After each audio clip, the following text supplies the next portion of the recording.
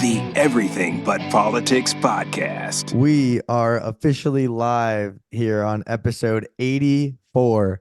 And if you haven't been with us before, welcome to the show. And if you have been, welcome back. My name is Merrick Leeser, alongside my brother Evan Leeser, and this is the Everything But Politics podcast.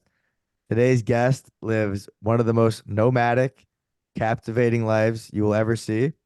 He has visited 162 of 197 countries, and he's probably used the most flag emojis of anyone you've ever met. Chris of Authentic Traveling. Thanks for joining us here today, Chris. Thank you. I'm very happy to be here with you all. Yeah, it's a pleasure to have you here on our end. Well, Chris, first off, I saw through your Instagram that you recently became engaged. So congratulations to you and your Congratulations fiance. to that. Thank you very much. We are very excited for our future. How did you two meet? We met on couch surfing, and if you're not familiar with that platform, it's kind of like a free Airbnb situation. So you can find people who want to host you in foreign countries. You can host people in your own, provide them a place to stay. And it's generally an opportunity for travelers to like get to meet different people, and sort of build up a community of like offer people to stay at your place and you can stay at someone else's place later when you're traveling. And so some people do it just because it's cheap and easy, or cheap and free.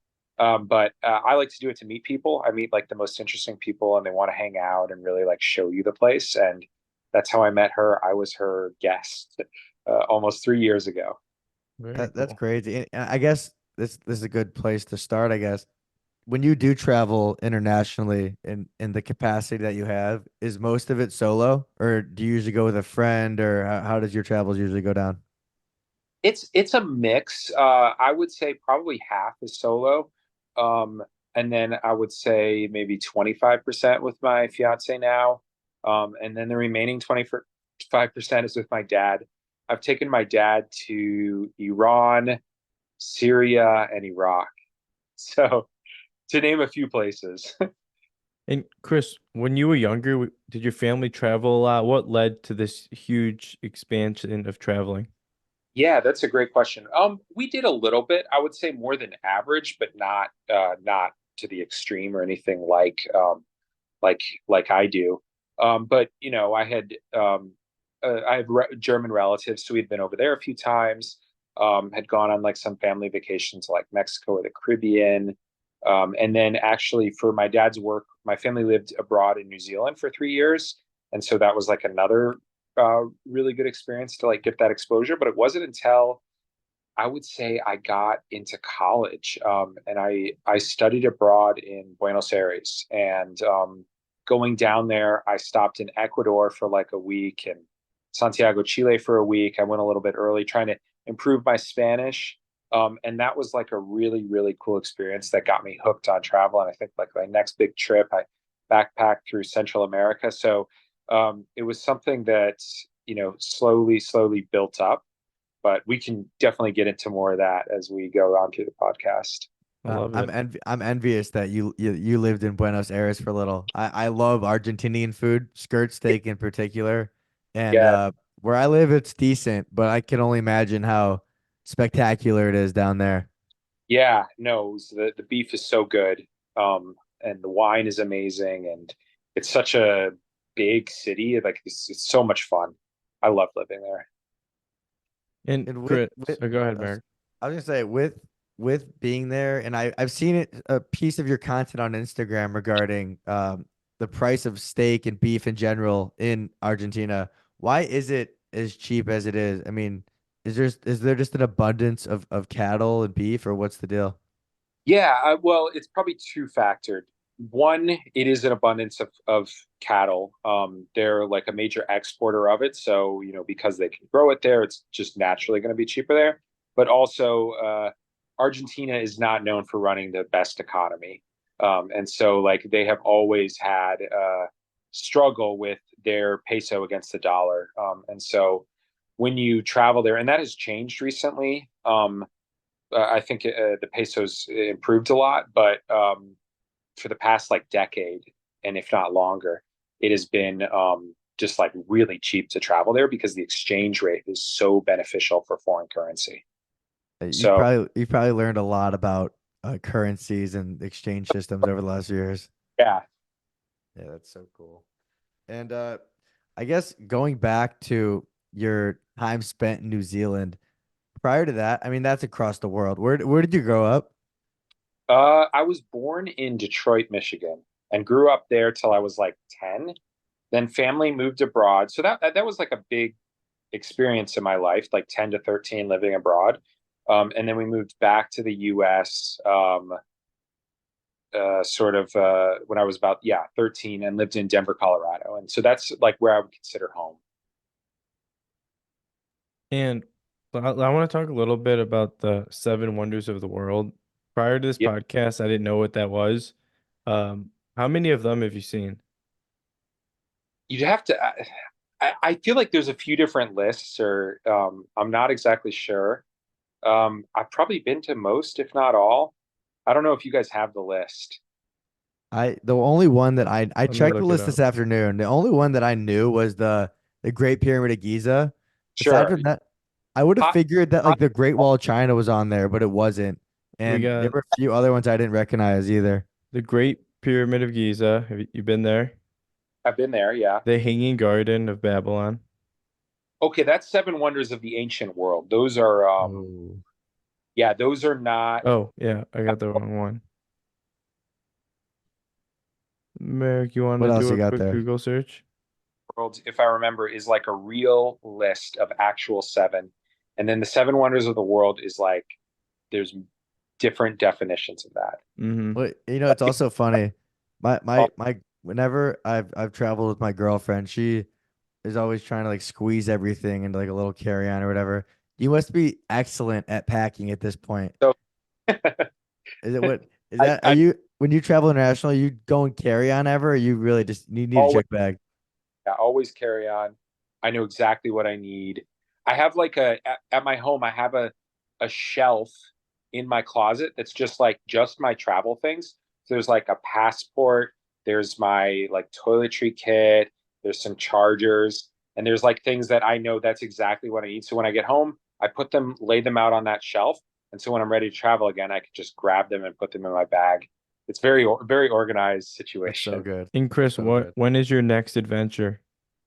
Tomorrow I'm off to I'm flying down to San Diego, and I'm gonna be in Tijuana for like Nice. 3. I've been doing actually I've been gathering a bunch of content on the US Mexico border. So a few weeks ago I was in Nuevo Laredo, and I was in Piedras Negras, which are down in southern Texas.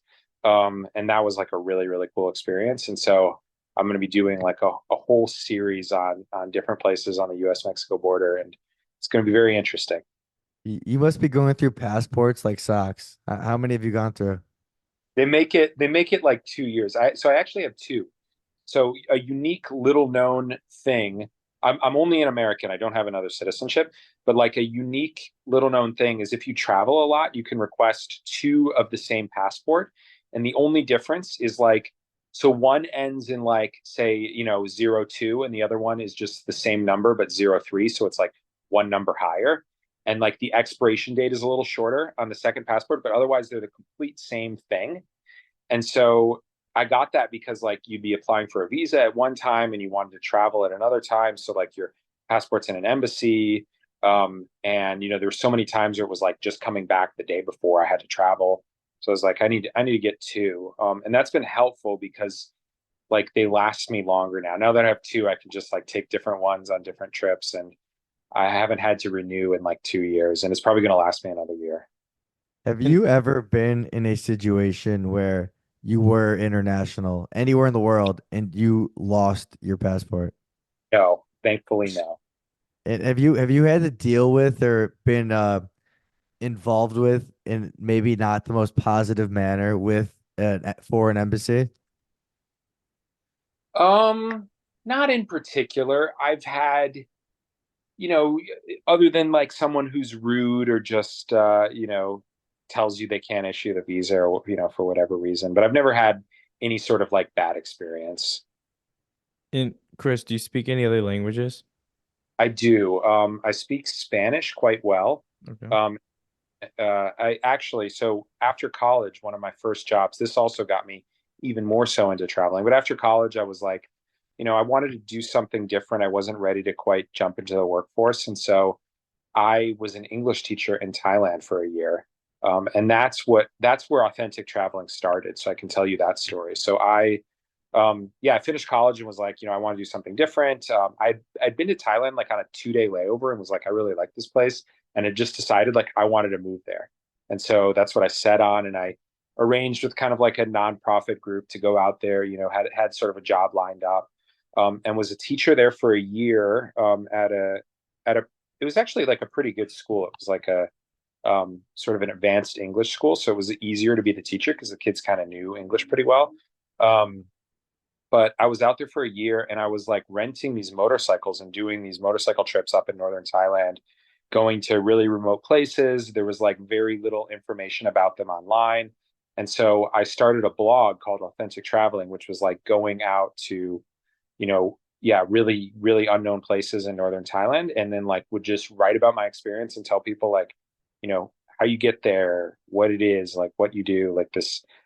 Yeah, I stayed in these like interesting homestays, and laid out all the information. And so that's what was the impetus, was sort of like helping people find these really unique experiences.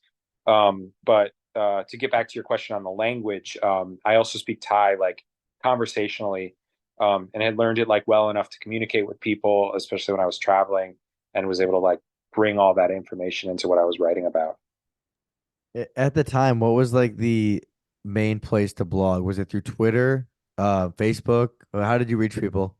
Yeah, so back then, that was probably like 2014. So I feel like social media and blogging has gone through a few different phases. There was the start where it was the online blogs, and those are people like Nomadic Matt, who wrote like, about traveling, and those blogs. I had that too. But then you kind of had like then the YouTube era, where people stopped doing blogs. And I tried. I actually do YouTube more. I tried it earlier. I'm a little better now. Um, and then sort of the next wave now is sort of like short form video, as sort of the most popular medium. People still have blogs, but I think like the viewership's not as good. It's really hard to find them on Google. It used to be like so easy. You would put in, now Google results, it's like really hard to find them. Um, but yeah, the blog era is kind of over, but now it's like all, yeah, little videos about your travels. And speaking of the short form content you mentioned, you recently posted from Turkmenistan, which prior to your reel, I didn't even know that place existed. And it looked pretty spooky. Tell us about your time there. Yeah, it is. um, definitely the weirdest country. That's how it had been described, and definitely confirmed that going there. Um, yeah, it was. I just like the whole time there's just a sense of unease. And um, I think like what made me so anxious there was not having access to internet, and the thought that like I, if anything happened with my flight, if they cancel my flight, I can't check in, like then I'm just stuck there. And like how do I then like buy another flight? How do I book another flight? Like what happens? Like how do you like how do you get out of this country? It was very I just had a sense of unease until I left. But I thought it was also like a really interesting place. So Turkmenistan is a country, and for those that don't know, it's a country in Central Asia. It's one of the like most closed off countries in the world. They kind of call it the North Korea of Central Asia, or North Korea with money. It's very wealthy because of natural gas resources. And their capital city is like so opulently decked out. But the weirdest thing is like there's barely anyone around. And so if you go to like these smaller neighborhoods on the outside of the city, what they call like the old city, where the buildings are from like the, Soviet era, there's a lot of people there. And when you get to like the center part of the city where it's really nice and fancy, there's like nobody. And it just has that eerie feeling all the time. But at the same time, like good food. The people I did meet were nice. I think they have, it's the life they know. For them, that's like normal. That's how countries are. But when we go there, it's so yeah. What's interesting is like people in Turkmenistan don't. I mean, they don't really think much about it. They're just like, this is what it's like. Um, and I mean, for the most part, like their lives are not uh, awful. It's significantly less freedom, but not as poor as a lot of other places. And what led you to going there? Just mission to go to every country, so end up in places like this. But I had waited a while to go there. They had been closed a long time for the pandemic, Hmm. and they had opened up maybe like 6 to 9 months before I went, and so I was really like looking forward to that opportunity, and um, yeah, to kind of go and see it, and hadn't been visited by many people since pre-COVID. Yeah. And are there any countries that are off limits for American citizens to visit? Right now, the only like true off-limit one would be North Korea. Um, and that's the only one that's like it's illegal from the US perspective. Like I could get in trouble in the US for going there. Um, I and also they wouldn't allow me to go there Yeah. um right now. But all any other country, it's like possible. Like I've been to Iran. I know for sure I can go to like Yemen, I could get to Libya, I could get to Yeah. Venezuela. All the other ones you can do it. It's like North Korea is just the one that's like definitely not right now. And what were What some other countries that kind of frightened you when you were there? Cameroon was a rough place. If you saw, I was like threatened with arrest on my arrival into Cameroon. So that was a whole experience. wow. Um, uh, it was a honestly like yeah, Cameroon. I mean, it's been under a dictator for like 40 years, and the area where I was in was kind of in a separatist. It wasn't like violent at the time, or the violence was like really way in the far away in the countryside, like not where I was.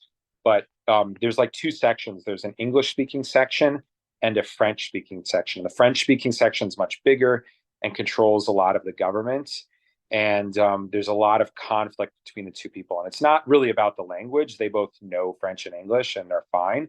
But it's kind of like the different styles of government and different philosophies, and like viewing that the French part only cares about the French part and isn't sending money to the English part. And so there's this like sense of tension and conflict, and it made traveling there like very uneasy. You couldn't really trust people. Nobody trusted anyone. Everyone was kind of, you know, on edge. And so that was yeah, a Yeah, strange that's place. scary. Yeah, it was. It was like, especially like we were around there and we were like uncomfortable. This was me and my fiance. We were there. Hmm. We were like uncomfortable speaking out loud to each other in some situations for like what people could hear. And so it was weird. Like we didn't Yeah. want to make about what we were doing and have people overhear us because we didn't really like trust everyone. So that you're not going back to Cameroon. Yeah, I don't think. Yeah, well, Well, the U.S. embassy was like yeah, they advised me. They were like, "Don't, you shouldn't go back." So let's maybe switch it to a little brighter note. What are some countries that you would definitely go back to? in Africa, in Africa. Africa, yeah. I mean, well, I go back to Nigeria all the time. I love Ghana. I love South Africa. Um, I really like Senegal. Dakar is a beautiful city. I've been to like Algeria three Yeah. times. Um, I mean, yeah, so many places I would go back to. I have loved traveling around Africa, and that's where like some of my best content has come from. And If someone listening to this wants to go to Africa, what do they need to know? I've heard in the past if you want to go on safaris and stuff like that, there are certain vaccines and stuff they require, correct? Not exactly. So, the only real, I mean, you wouldn't, what would be recommended would be to like get the vaccines that you would normally get in the US. Um, but outside of that, the only thing that could even be required is a yellow fever vaccine. But a yellow fever vaccine is only required when traveling between two countries where yellow fever is endemic. So like if you're traveling between like Nigeria and Ghana, where they both have yellow fever, you would need that vaccine to travel between the two. But to just visit it from the US and then go back to the US, you don't need the vaccine. And I don't understand fully why, but like yeah, most that's just for the most part, if you were just going to one country and going back, you don't need the vaccine. But sometimes traveling within Africa, you do. So when you do go, I'm curious, what's the route? Do you go from like Atlanta to Lisbon to Lagos, or what exactly? How do you get there? I typically I go Atlanta Lagos just because we have that Oh, we have that's an option? that's a direct flight. Yeah, Oh, there's nice. those New York, Accra, Dulles, so Washington D.C., Lagos, and like New York, Dakar, Senegal, and then several airports down to Johannesburg and Cape Town as well in the U.S. So several different ways to get there. Um, but if someone's first trip to Africa, I mean, like because Africa's so big and varied, but you know, I think like probably I mean, some of the easiest I'm thinking advising an American. First, I'm going to advise like somewhere you don't need a visa. So that's going to limit that down quite a lot. But, first easy countries to go would be like Morocco, for example. South Africa, you don't need a visa either. Countries like Namibia are another like really easy country to go. If you're looking to go more Central Africa, outside of like the North and South end, to like easy countries to visit. Kenya, online visa, pretty easy to go to. A lot of tourist infrastructure.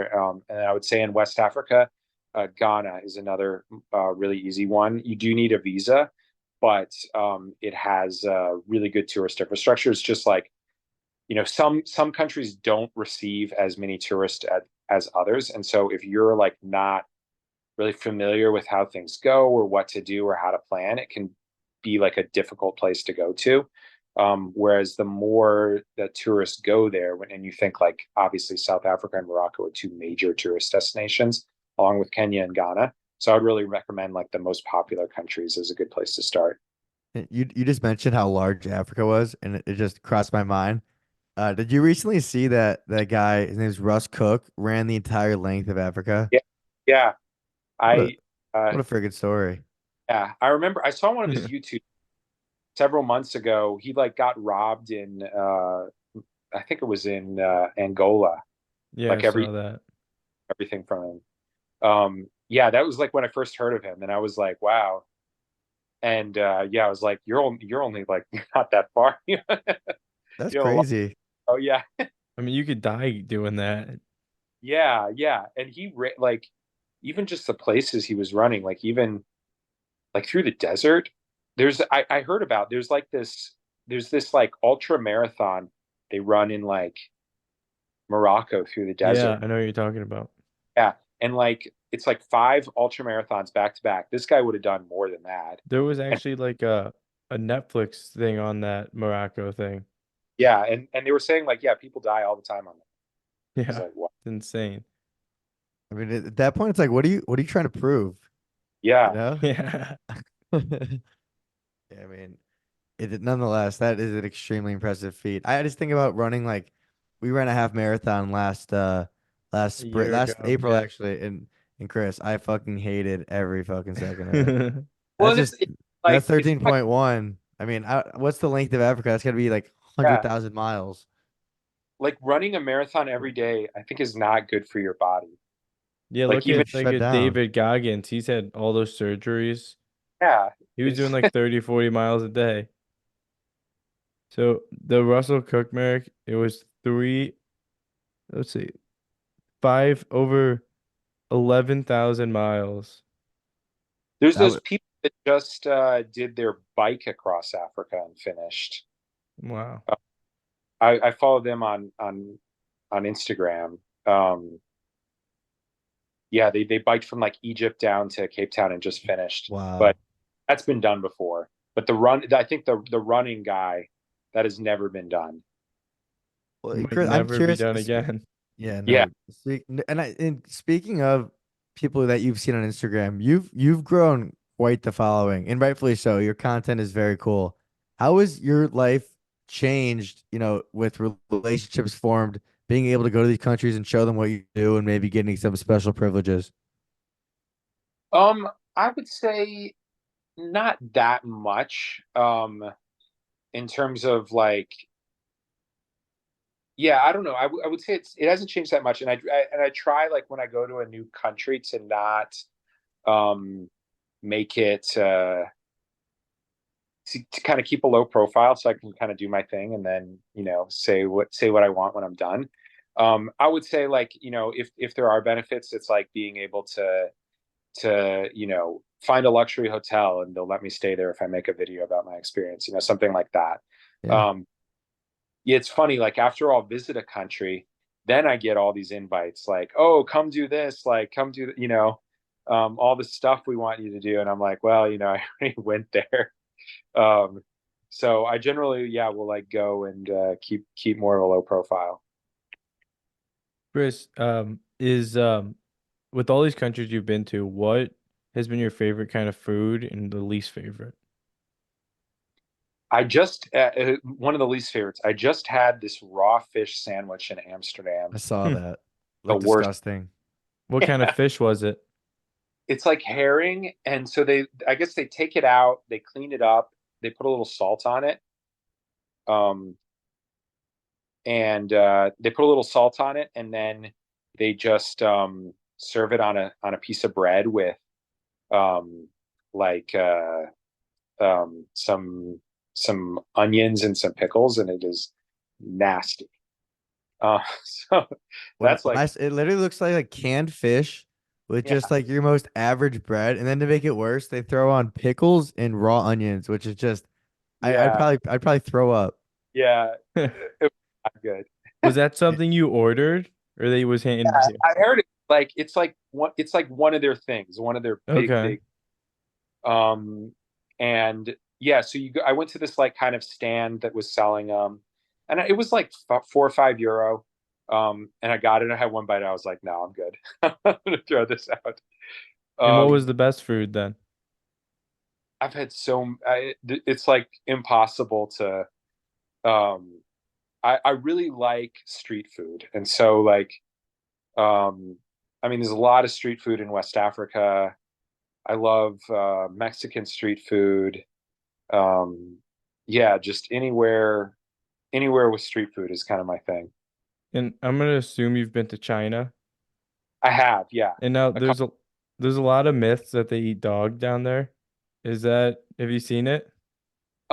yeah, I've heard about that in China. You'd actually be surprised. I've There's people eat dog in a lot of places, way more than I would have ever thought.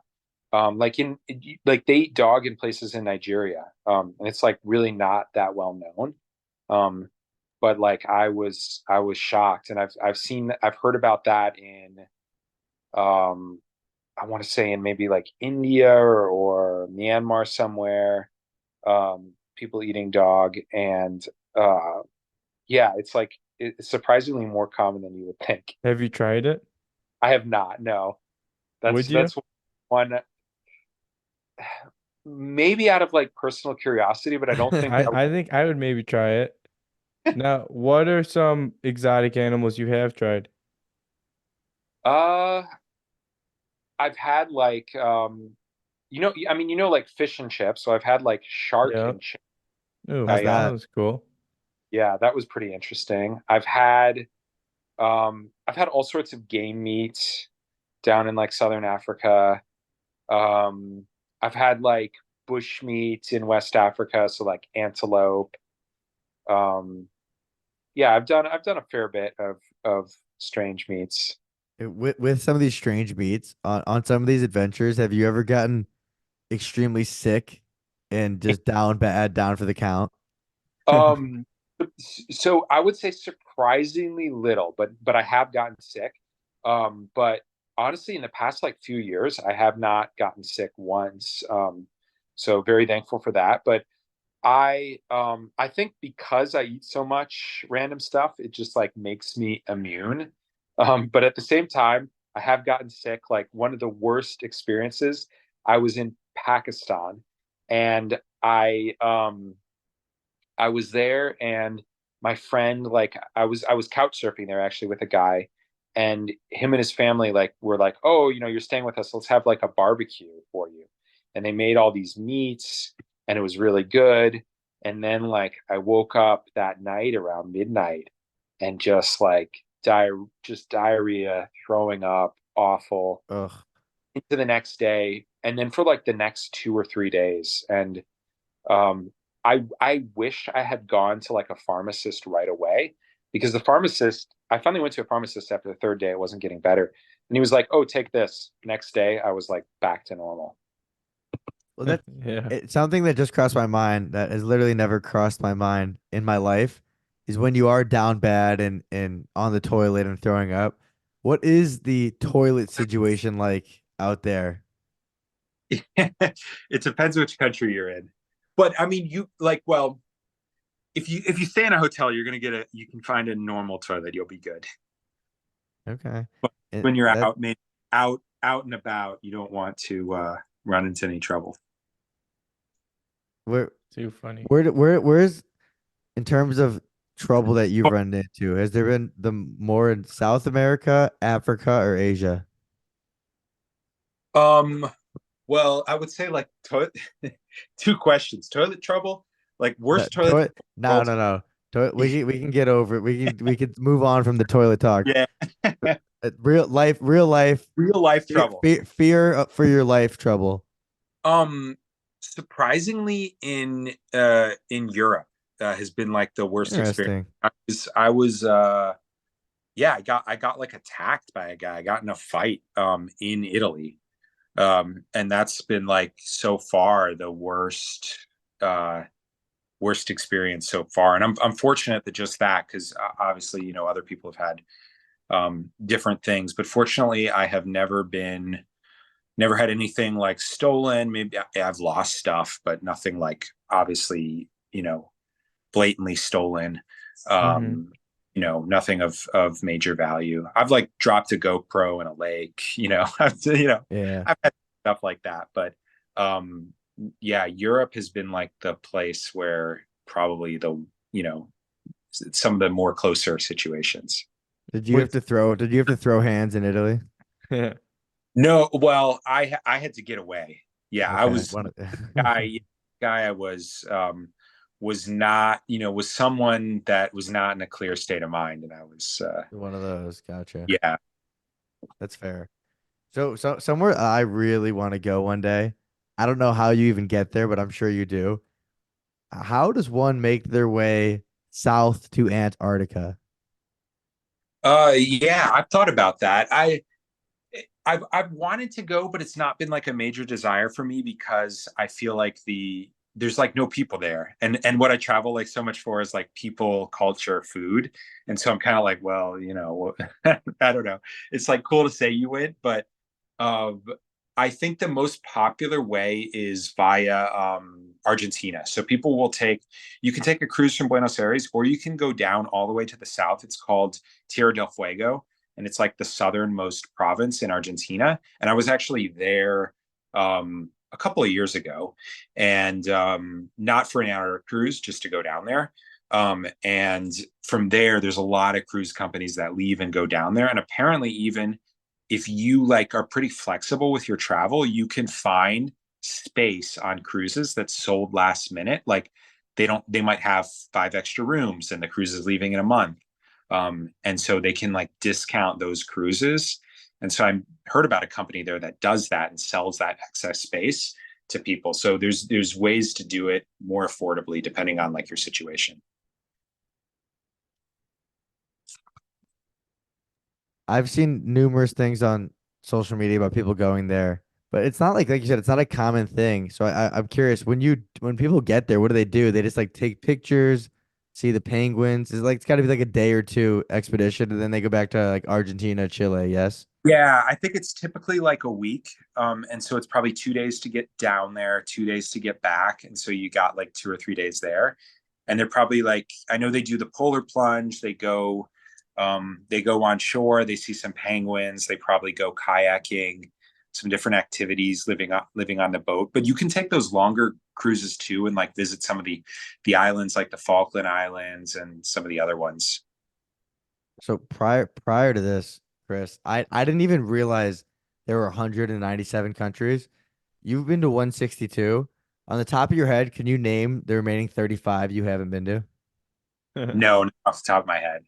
Well, do you know any that you haven't that are on deck for you?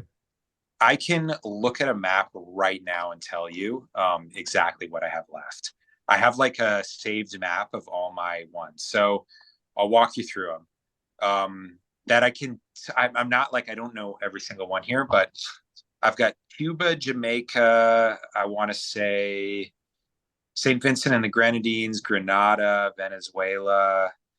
I've got Norway, Sweden, Russia, Libya, Burkina Faso, Chad, Sudan, South Sudan, Central African Republic, Congo, Burundi, Seychelles, Eritrea, Yemen, Oman, Nepal, Bhutan, North Korea, East Timor, Papua New Guinea, and a handful of Pacific Islands. So it's not that much. Hey, Chris, I'm gonna have to pat myself on the back here. I've been to one of the countries you haven't been to, and never in my life would have I thought that I could say I've been to a country that you haven't been to. I was in Jamaica about a month ago for a little weekend trip for my birthday, and it was Oh great. I yeah. totally Honestly, recommend Jamaica. I feel like I could easily go to Jamaica, but I feel like because I haven't, there's like more pressure now. Like they're like, "How you haven't been to Jamaica?" So like now I go and like really do it properly. And so that's like the reason I'm not just going. I could just like go for a weekend but I feel like I don't know. I feel like people would be disappointed if I did that. Maybe And that's so where you have your honeymoon. maybe I mean, we're you have well, one of the 35, or we we're go actually back to one. yeah. So the funny thing is, yeah, we were thinking of we're not going to do our honeymoon immediately after our wedding. But the thing is, her and I travel like so much together. Like Yeah, we were in Sao Tome, which are those islands in West Africa, which was like, could have been a honeymoon, but wasn't. So I told her like we're always going on honeymoons. So like, Yeah, that's funny. um, but we're going in June, hopefully June, like July 4th that week. We're going to Congo and Burundi and Rwanda, assuming like the visas and everything work out. that's so Have a cool. lot of fun. We've talked a lot about Africa today, and a country I totally forgot to ask you about is Madagascar. How is Yeah, that? I've been there. That was crazy. That was such an interesting way I got there too.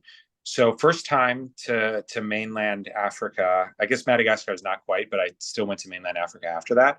But first time like to Africa, I was in Thailand, and AirAsia is like the big airline out there. And I was like looking on like, oh, where could I fly? And I'm looking on their website, like where do they fly?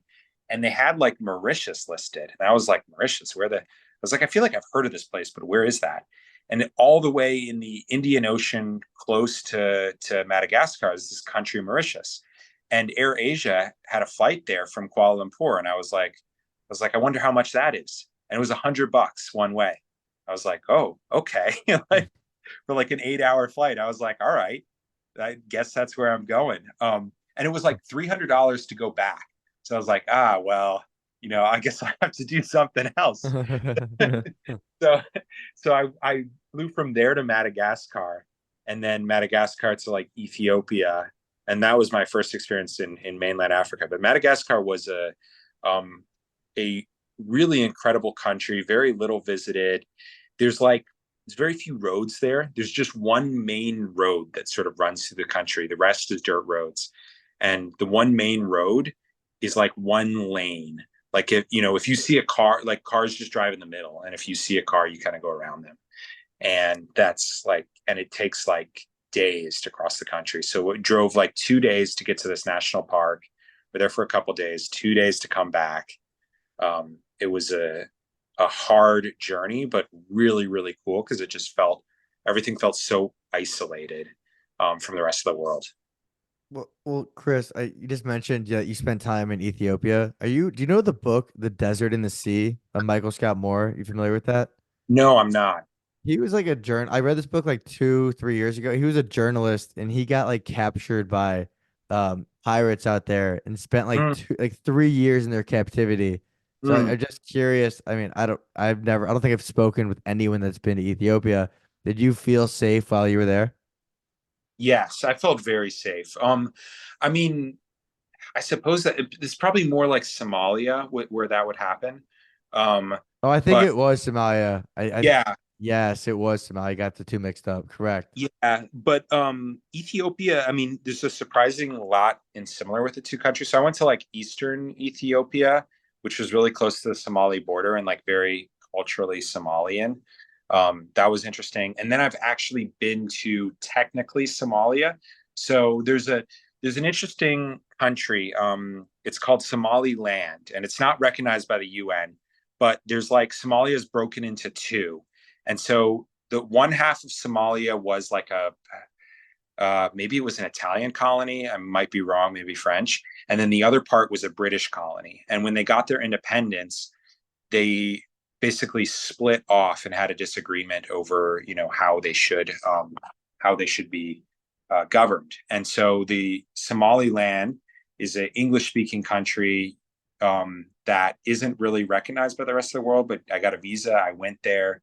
I had to drive in like a car overnight through the desert to get there from Djibouti, which was a really crazy experience. But I've technically been to Somalia, but I want to go to Mogadishu. That's like on my list to like make that to visit like the what's considered like the legal country, Somalia. That's so cool. You've definitely lived a memorable. So you have some memorable adventures up to this point, and it is cool to hear about. So, Chris, we like to finish a lot of our shows with some rapid fire questions, and Sure. I have a few here. I want to hear your opinion. So the first one is, what is the most beautiful body of water you've ever seen? Maybe Lake Michigan. No I shit. like it. We grew up 20 minutes from Lake Michigan. Interesting. Favorite place in the world? Northern Thailand.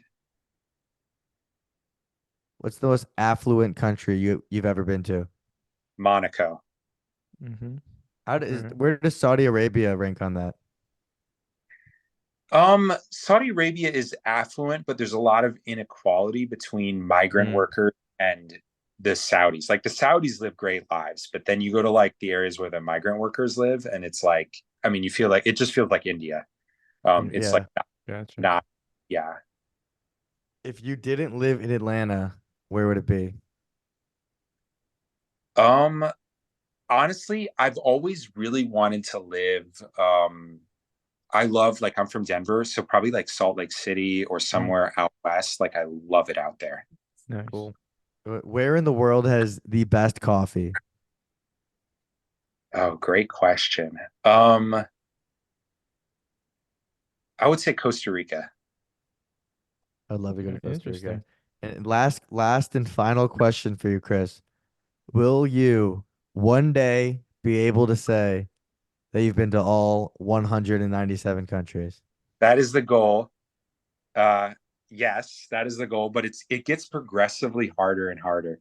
Um, so I'm probably going to be able to like get like 5 a year for the next coming years. Okay. And so if you think, yeah, I've got like what 35 something left, so that's some time. 7 years, yeah. Yeah. Would that be a world record? No. No, people have done it younger. Like someone did it at like 21. What? Wow. All 197 at 21? Yeah. I think they spent like a couple days in each country. Wow. Wow. Uh, I That's mean, amazing. So 21. it's Wow. been done. It's not like there's honestly like actually a few hundred people that have done it. But I do rank as like top 100 most traveled Americans. But you'd be surprised. There's actually an interesting website called Nomad Mania that kind of ranks it all, and they divide the world into like 1301 regions, and it's fun to kind of like keep track of your travels there. So I use that, and a lot of people who do travel like this are on that website, and so they have all these rankings of like where you rank, and so I'm in the top 100 Americans, which is pretty cool. And I guess this wasn't on the list, but one last one. Have you been to all 50 states? No. Yeah. So I live in Georgia. So believe this or not, I've never been to South Carolina, Tennessee, Kentucky, or Mississippi, to name a few. I've probably been in 40 states. I think You we've been got to a good all of those amount. besides South Carolina, which is so funny. And Evan, I think you've been to South I Carolina. was just there. Yeah. That's so good. Well, Chris, loved learning about you, man. You live an amazing life, and Yeah, we look really forward to keeping appreciated up with it. your travels on Instagram, TikTok, YouTube. Why don't you let our listeners know where they can find you? Yeah, it's at authentic_traveling. I'm go by that on Instagram, TikTok, YouTube, and Facebook. So check me out. And Awesome. Chris, as always, I'm sure you hear this a lot. Safe travels. Thank you so much for coming on our show. Thanks. See you guys. So yeah.